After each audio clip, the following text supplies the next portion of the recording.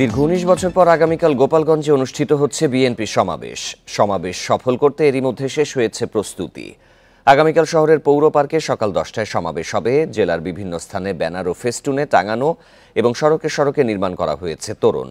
জনসভায় প্রধান অতিথি হিসেবে উপস্থিত থাকবেন বিএনপির vice chairman doctor Asaduzzaman Ripon ও কেন্দ্রীয় বিএনপি সাংগঠনিক সম্পাদক শামা ওবায়েদ। সভায় অন্তত ৪০,০০০ লোকের সমাগম আশা করা হচ্ছে। এদিকে ধামরাইয়ে আগামীকাল ঢাকা জেলা বিএনপির জনসভা ঘিরে চলছে শেষ মুহূর্তের প্রস্তুতি।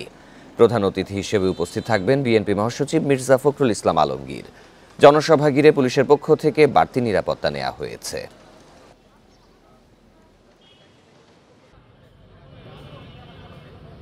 আমরা আইনশৃঙ্খলা রক্ষার্থে অতিরিক্ত ফোর্স মোতায়েনের ব্যবস্থা নিয়েছি এবং আমাদের সিভিল এবং পোশাকে ২ পর্যায়ে ওখানে আইনশৃঙ্খলা বাহিনী নিয়োজিত থাকবে।